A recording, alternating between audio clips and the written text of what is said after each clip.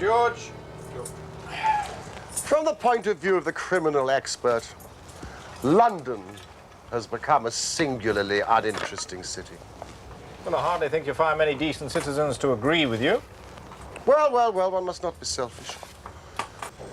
The community is the gainer and no one the loser, save the poor unfortunate specialist whose occupation was gone.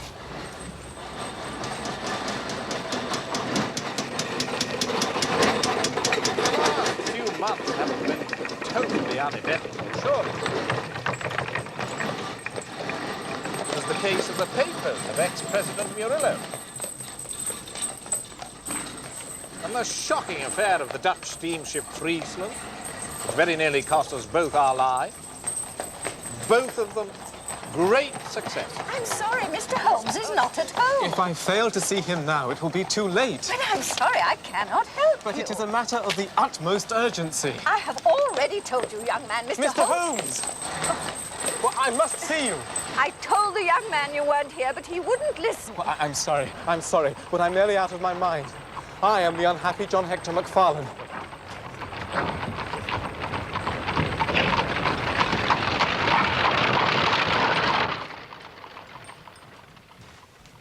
Now, tell us quietly and slowly who you are and what it is that you want. You mentioned your name just now as if I should recognize it, but I can assure you, beyond the obvious facts, that you are a bachelor, a solicitor, and a Freemason, and an asthmatic. I know nothing about you whatever. Your untidy clothes, sheaf of legal papers, watch chain, and your somewhat irregular breathing. Why, yes, Mr. Holmes. I am all these things. And in addition, I am at this moment the most unfortunate man in London. Have you not read your newspaper? Not yet. Then, if you would allow me.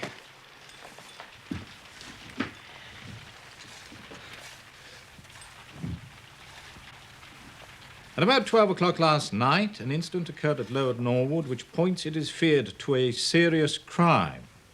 A small timber yard caught fire at the back of a house belonging to Mr. Jonas Oldacre, a builder.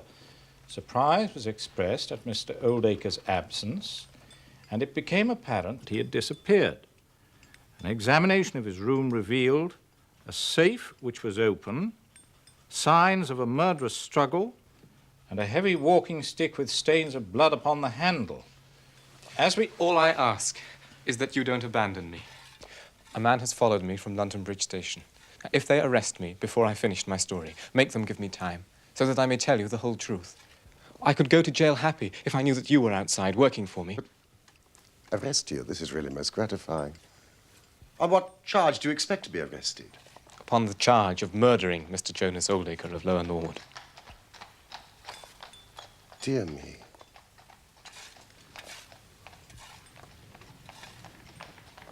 As we go to press, sensational developments have been reported. Charred remains have been found among the ashes of the fire, and the police theory is that the victim was clubbed to death and the body ignited. It is known that Mr. Oldacre received a visitor last night, and the stick has been identified as belonging to that person, a young London solicitor by the name of John Hector MacFarlane.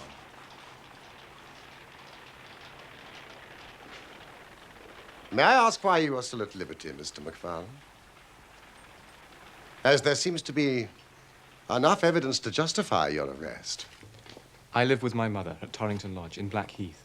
But last night, having late business with Mr. Oldacre, I stayed at an hotel in Norwood. Mr. Holmes, I knew nothing of this affair until I was on the train to my office this morning and read what you have just heard. I saw at once the terrible danger of my position and hurried to put the case in your hands.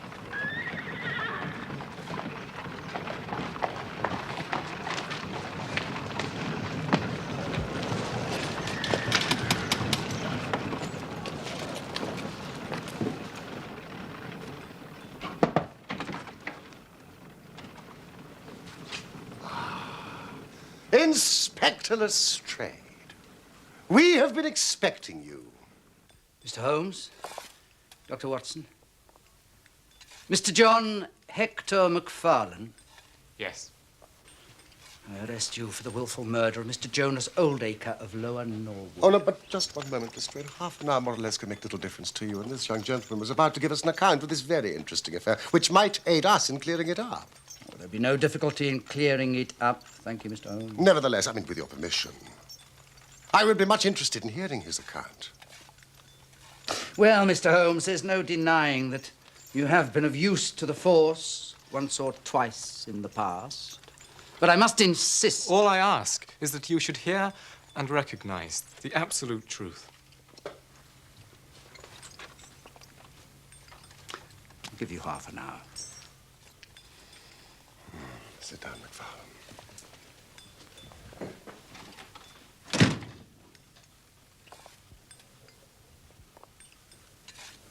Thank you, Lestrade. We must warn you that what you say now will appear in evidence against you. Pray continue. Well, I must first explain that I knew nothing of Mr. Jonas Oldacre, although his name was familiar to me. Many years ago, my parents were acquainted with him, but well, they drifted apart. And so it came as a complete surprise when, yesterday afternoon, at about 3 o'clock, he walked into my office in the city. Mr. Oldacre, good afternoon. I'm Mr. MacFarlane. Would you care to come through?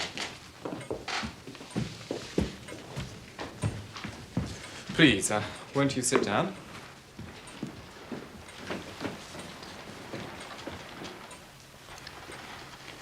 How can I help you?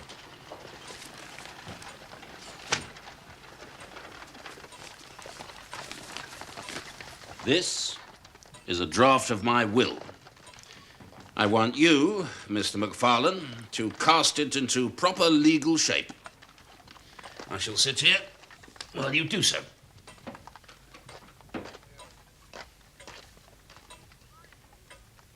You can understand my astonishment, Mr. Holmes, when I found that, with some minor reservations, his entire estate had been left to me. But I simply don't understand.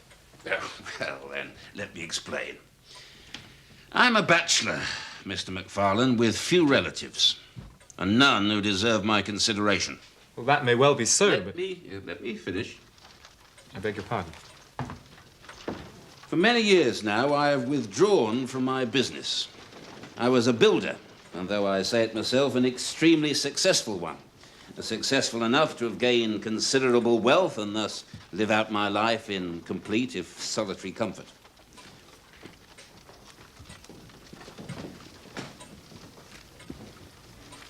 Many years ago, I knew your mother. Knew her and hoped to marry her. Then she met and married your father. I had no idea. Oh, then why should you? 3 months ago, I read of your father's death in the Daily Telegraph, and my mind was turned to your mother and to the son who might very well have been my own. This is my way of securing your future. I know that whatever I leave will be in worthy hands. What can I say? But thank you. There are a few documents I think you should see: building leases, title deeds, mortgages, and so on. Well, now my mind's made up, I shan't rest easy until the whole thing's settled. Yes, of course. I beg you to come to my house tonight. What should we say, 9 o'clock? Why, yes, You'll, of course, bring the finalised will, and then we can settle the matter once and for all. Yes, of course. Thank you, my boy. Oh, one last thing. Not a word of this to your dear mother until everything is settled. I want it to be a little surprise for her. Little, You promise? You have my word.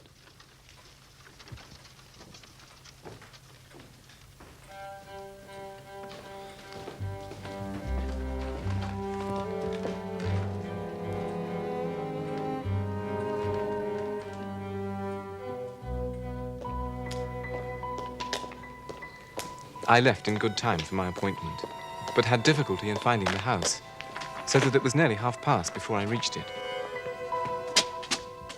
Good evening. I have an appointment with Mr. Oldacre. Mr. McFarlane? Yes, that's right.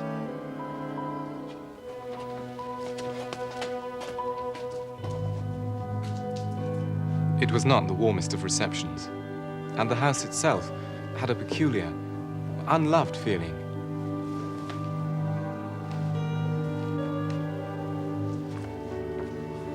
Sorry to keep you waiting, my boy. Not at all, sir. I'm a little late, I'm afraid. You brought the papers? Yes, indeed. Excellent.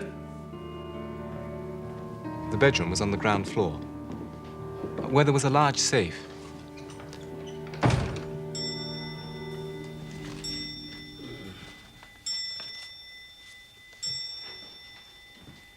Bring the rest of those papers, my boy.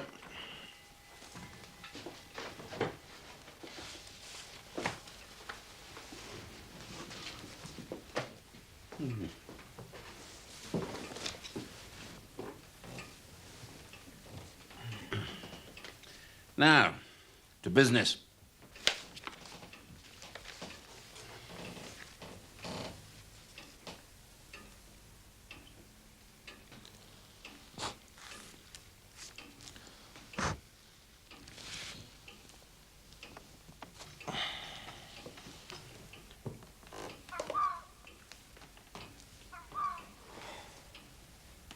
All done?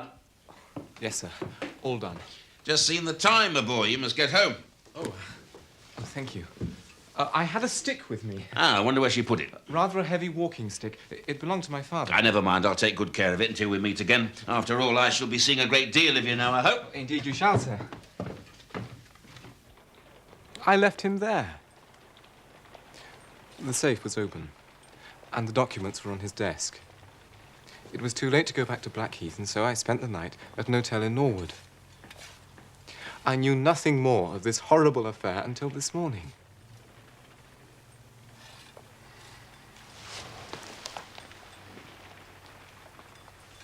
Do you have the original draft of the will that Oldacre brought you?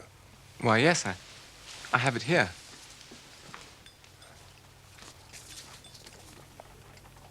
May I retain this for 24 hours, Inspector? If it would amuse you. Well, anything more you'd like to ask, Mr. Holmes? Not until I've been to Blackheath. You mean Norwood? No doubt that is what I must have meant. Now, Mr. McFarlane, my constable's at the door. There's a four-wheeler waiting.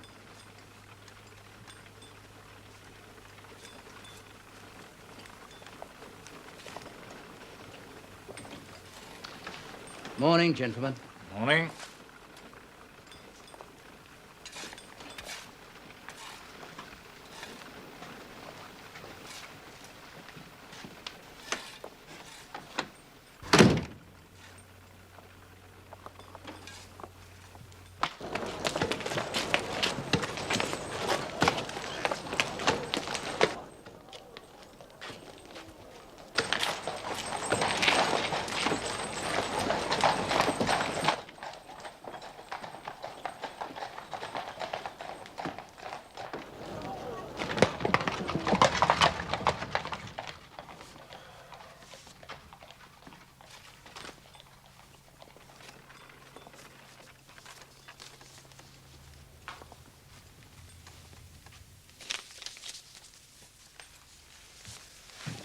There are certain points about this document, are there not, Watson?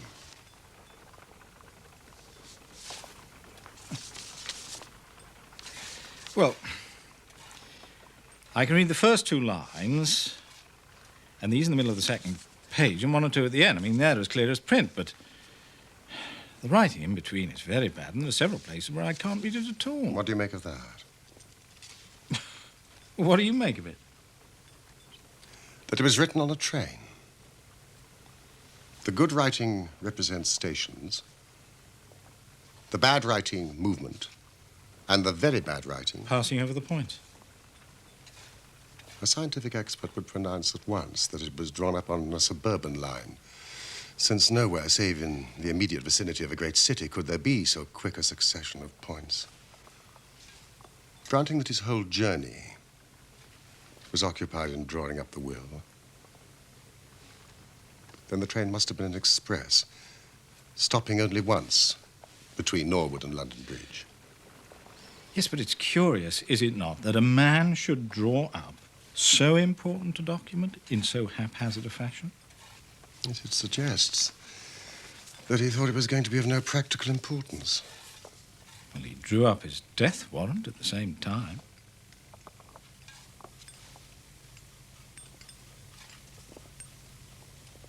This case is not clear to me. Come, Watson.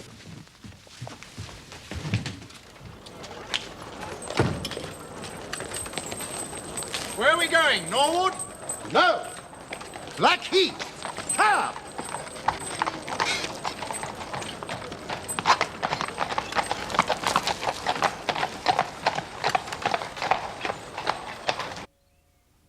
My son's the gentlest creature on God's earth.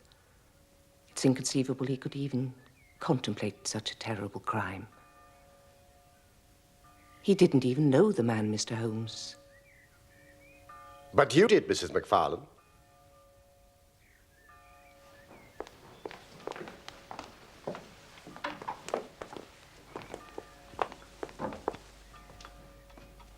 Years ago, I'd forgotten that he ever existed.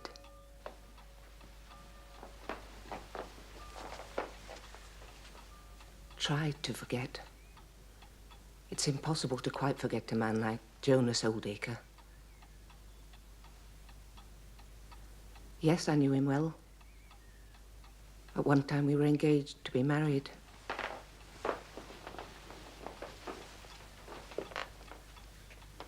Thank heaven I had the sense to turn away from him and marry a better, if poorer man. Oh, please.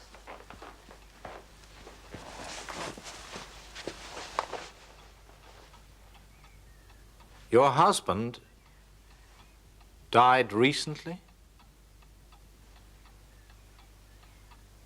He was a kind man. A gentle man. He was everything Jonas Oldacre was not. And yet at one time you were prepared to marry him. I said that I knew him well. But the more I knew of him, the more I came to realize I knew him not at all. He would change, suddenly. What I saw frightened me. There was a dark side to his character, Mr. Holmes. A desire to cause pain.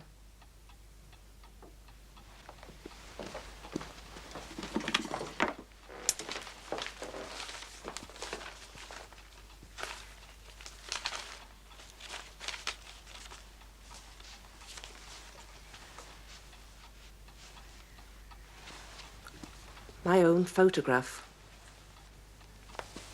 It was my first present to him. Good heavens. That was how it was returned to me on my wedding day. Together with a vile note urging a curse upon my house and saying he'd never forgive me. And yet he does seem to have forgiven you. After all, to leave his entire estate to your son. Neither my son nor I want anything from that wicked man, dead or alive. Mrs. McFarlane, the fact remains that the will was made.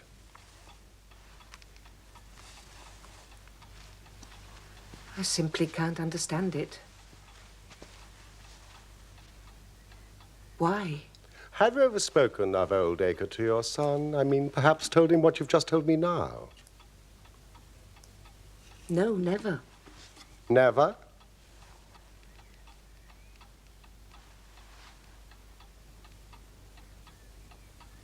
He found the photograph.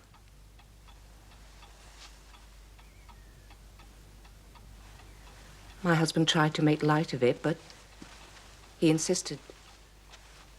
My husband told him something of the truth. That's all. And the boy was disturbed? He was upset, naturally. You see, Mrs. McFarlane, what the police might say is that if he had heard of Oldacre's behavior toward you, it would predispose him toward hatred and violence. And so their case against him would be considerably strengthened. No. There is a God in heaven, Mr. Holmes. And that same God who's punished that wicked man will show in his own good time. My son's hands are guiltless of his blood.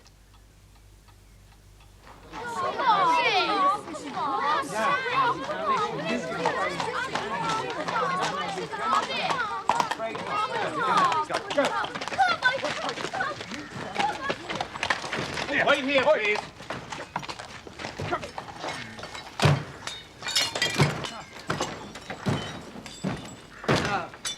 Mr. Holmes, Dr. Watson, we're just clearing up. The will as promised. Look. Buttons. Trouser button. No doubt you brought your glass with you. The name is Hyams. According to Mrs. Lexington, the housekeeper, Hyams was the name of Mr. Oldacre's tailor. Presumably the organic remains have been removed to the laboratory. They have, Doctor, though they'll be of little use, I suspect. The poor devil was no more than bone and cinder. How very convenient for the murderer. Not, I might venture, for Mr. Oldacre. Nevertheless, Inspector, bone and cinder. Thank heavens he was wearing his trousers.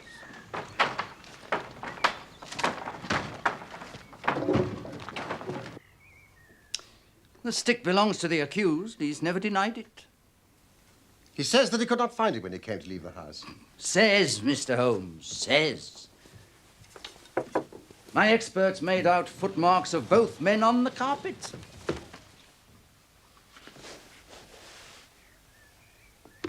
And too much subsequent traffic to make any examination on my part worthwhile. 2 sets of footmarks, Mr. Holmes.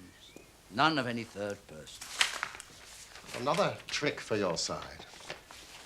I suppose all these papers are from the safe. Correct. And nothing, absolutely nothing has been removed? Nothing whatsoever. We have opened one or two, as you can see, to check the contents. May I check them? By all means. I myself have business at the yard. Oh, and I would like to see the housekeeper. What is her name? Mrs. Lexington? She'll add nothing more to what you already know. Nevertheless. I'll send her in.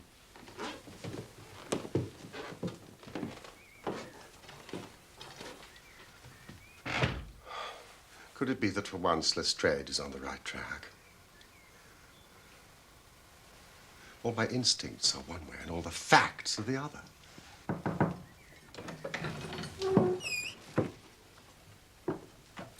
You wish to see me, sir?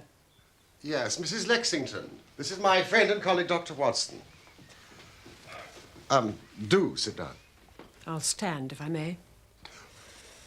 This room has no comfort for me.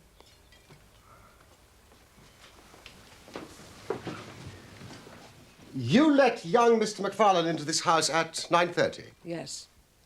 And I wish that my hand had withered before I'd done so. And you retired to bed at? 20 minutes past 11. 20 past 11. And you heard nothing?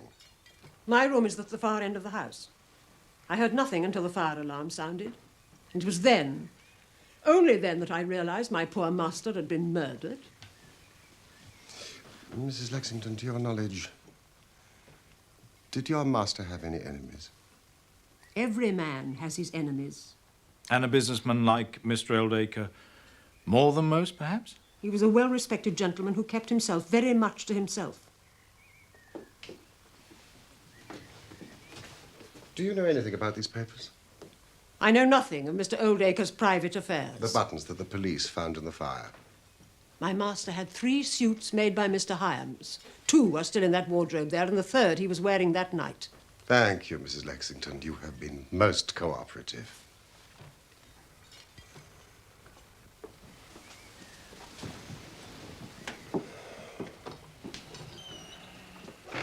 What do you make of her?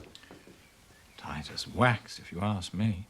But then, perhaps that's her usual manner. It's all wrong. I feel it in my bones. Something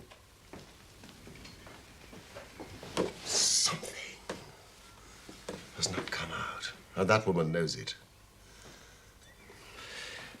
Holmes, would you like me to have a look at these papers?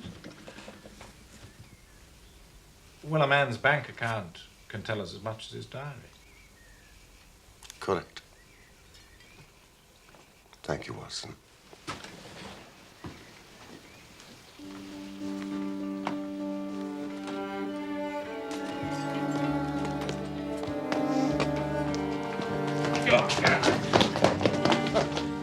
It's all right, Constable. I'm just stretching my legs.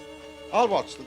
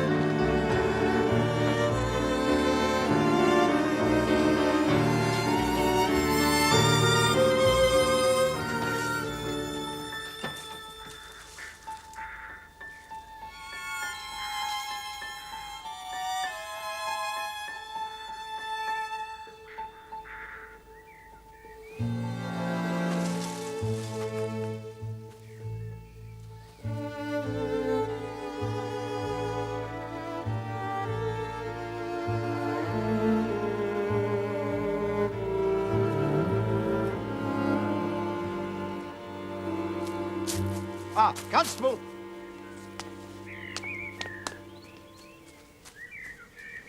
Are you a local man? Born and bred, sir. Not half a mile from here. Excellent.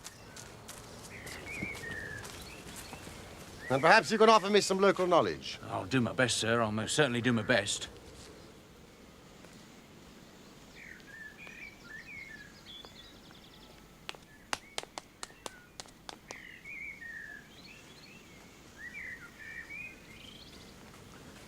Holmes? I'll do that straight away. Hmm? Lestrade did say that no documents had been removed. Yes. That's what I thought. You found something? No, it's what I haven't found that interests me.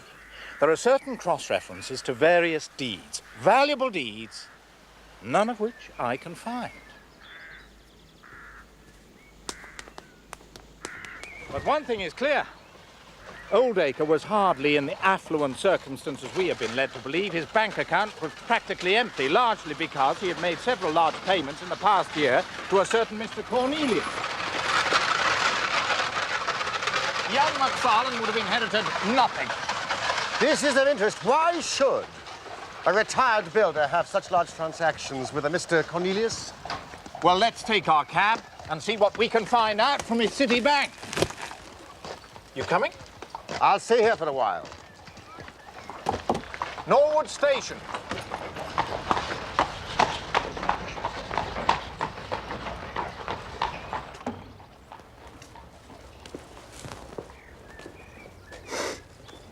So you're not going back to London with your friend, then? No. Not yet, anyway. I do hope my presence doesn't inconvenience you.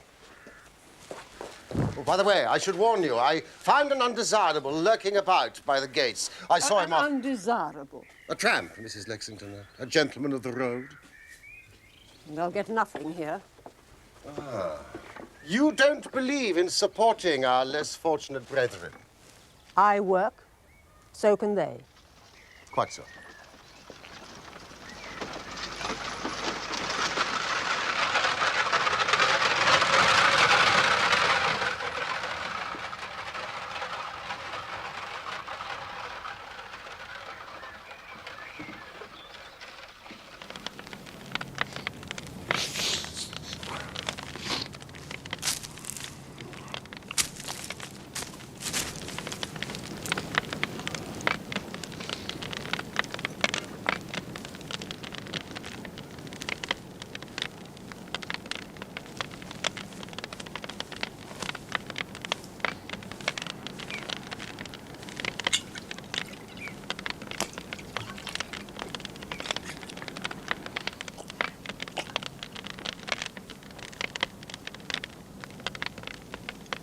I'm on my way to Folkestone.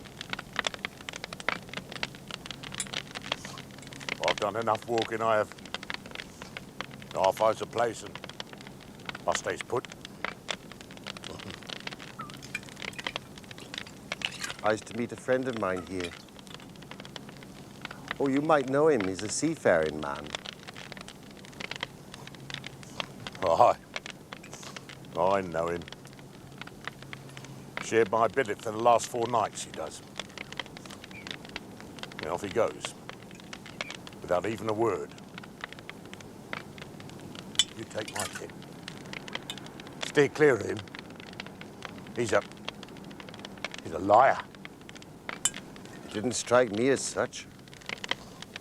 He goes up to that big house, he does. Comes back here and tells some yarn about them putting out with open hands and telling him to come back tomorrow and they'll give him some grub and some cast-offs for him. Well, how's that lying? Because, my friend, I'd already paid my call and nearly got the law on my back for my insolence. Insolence.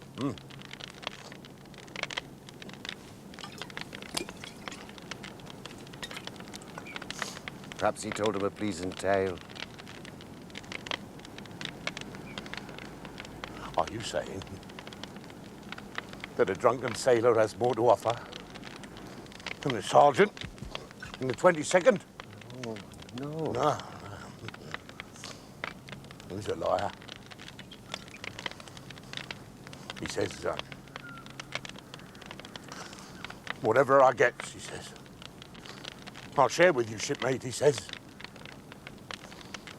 Off he goes. Not a sight of him since.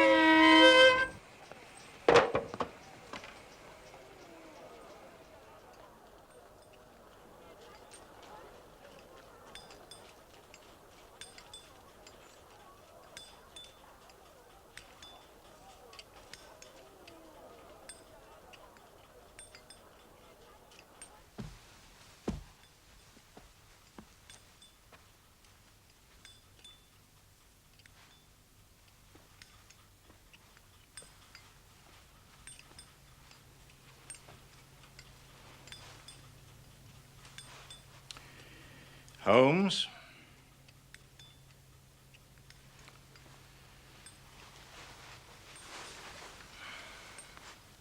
You must permit yourself some food. You must eat.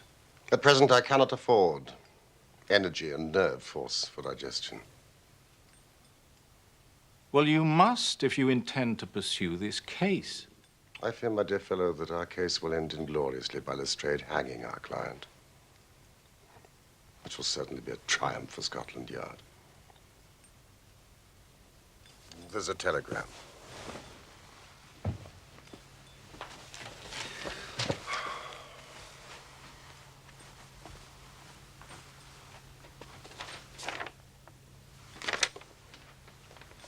Important fresh evidence to hand. MacFarlane's guilt definitely established. Advise you to abandon case Lestrade. It is Lestrade's little cockadoodle of victory.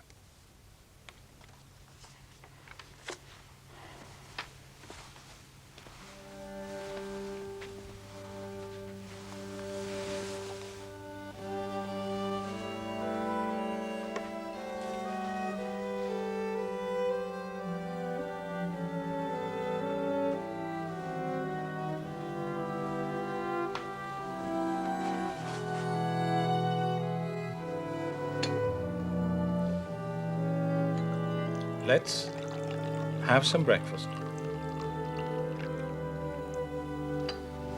And then go out together and see what we can do. I feel as if I shall need your company and moral support today.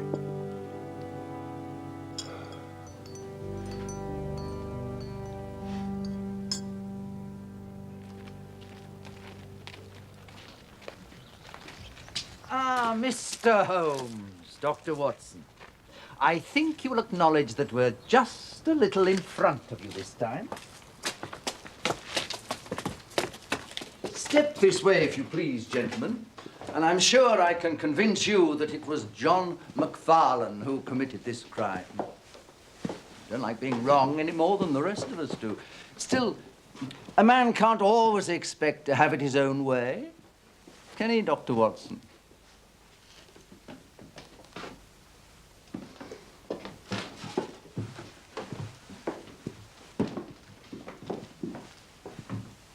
This is where the housekeeper left MacFarlane's hat and stick, and this is also where he would have come to collect his hat after the crime was committed. Now look at this. A thumb mark. So I observe. A thumb mark in blood. You are aware that no two thumb marks are alike. I have heard something of the kind.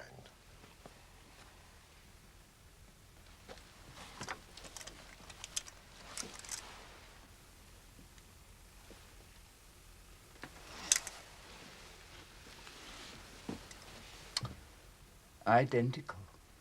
And that was taken from MacFarlane this morning. Definitely the same thumb mark. And that is final. Quite final. Who made this discovery? It was Mrs. Lexington here who drew my constable's attention to it. And I suppose there is no doubt that the mark was there yesterday. Well, of course, MacFarlane could have crept out of jail in the middle of the night just to strengthen the evidence against himself. Have you any objection if I take a stroll upstairs? No, none at all. There's nothing up there, though.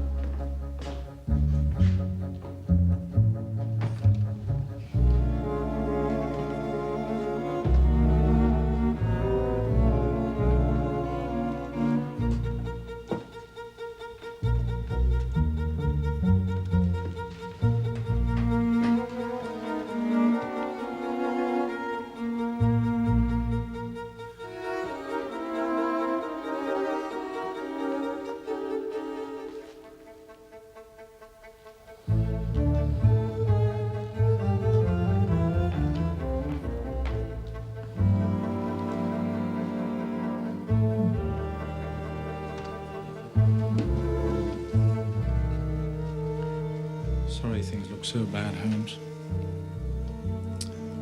But there is a serious flaw in this new evidence. What's that? That thumbprint was not there when I examined the hall yesterday.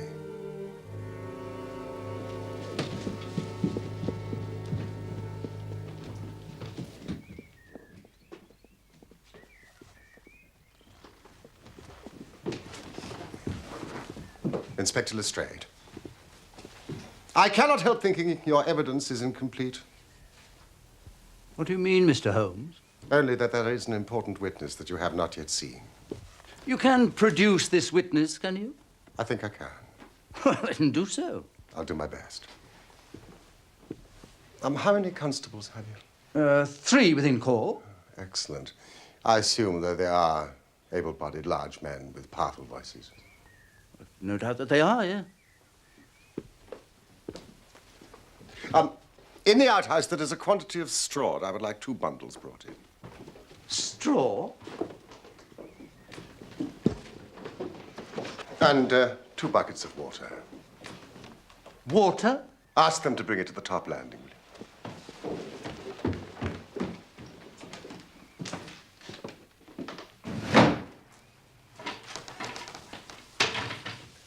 The straw into the fireplace, a little bit in front. 2 buckets of water to that side, please, Mr. Holmes.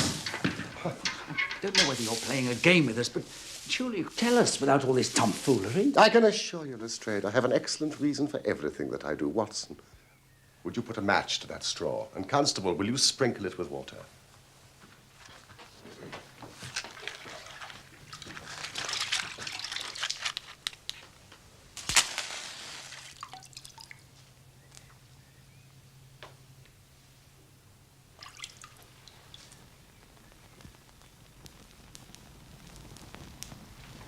Now, we must see if we can find this witness for you, Lestrade. Gentlemen.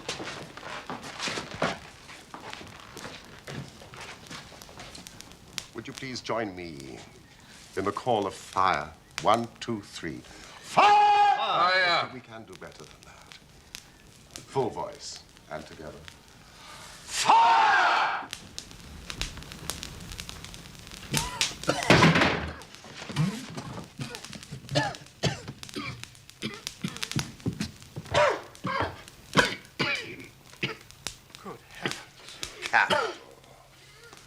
Constable, a bucket of water on that straw.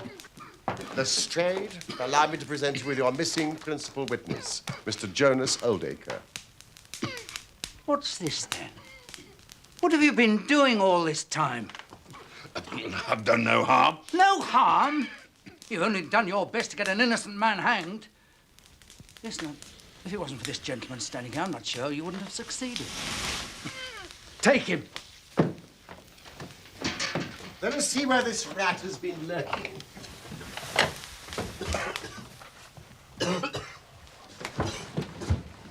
Now, you see the advantage of being a builder. He was able to fix up his own little hiding place without any confederate. Save for that precious housekeeper of his, whom I should lose no time in adding to your bag, Inspector. And these are the missing papers, no doubt. No doubt whatsoever. Constable, find the housekeeper.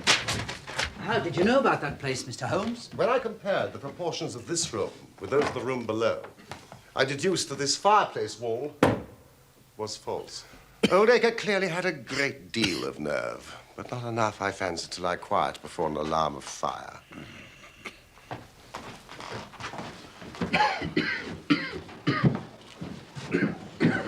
How in the world did you know that he was in the house at all? The thumb mark, Lestrade.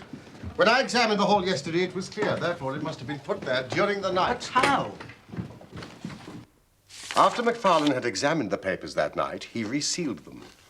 To do so, he used his thumb upon the wax. Brooding in that den of his, it suddenly struck Oldacre what use he could make of that thumbprint. Smearing the wax with a little blood, he made what appeared to be absolutely damning evidence against MacFarlane. But what was the object of his deception? Ah, well, you see, Inspector, in order to swindle his creditors who were pressing him, Oldacre emptied his bank account by paying out several large sums to a certain Mr. Cornelius. Now, I have no doubt that Messrs. Oldacre and Cornelius are one and the same person, the object being to change his name, draw on the money, and then vanish. We see before us a very deep, malicious and vindictive man. Did you know that he was once refused by MacFarlane's mother? All his life he has longed for vengeance. If he could give the impression that he was murdered by the only child of his former sweetheart, what more bitter revenge? I would never have allowed any real harm to befall poor Mr. MacFarlane, I assure you. That's for the jury to decide. You're charging me? For a joke? It's nothing more than a practical joke. It was nothing less than murder. The body in the fire. But whose body was it? An old sailor, Lestrade, who had fallen upon hard times. When I examined the ashes of that fire, I discovered that your experts had missed this. It is a tooth of the great white shark. And you see that it has been lightly carved. It is typical of the work carried out by seamen. Well, this isn't evidence enough to show who died in the fire. I know for certain that on Monday, the day before the murder, a tramp called at this house. Yet when I questioned the housekeeper, she assured me that no such tramp would ever be welcome. Not only was his reception welcoming, but the man received some of Oldacre's clothing. Yesterday, near the front gate, I found the calling card that he left, a coded sign advising his fellow travelers of a charitable welcome.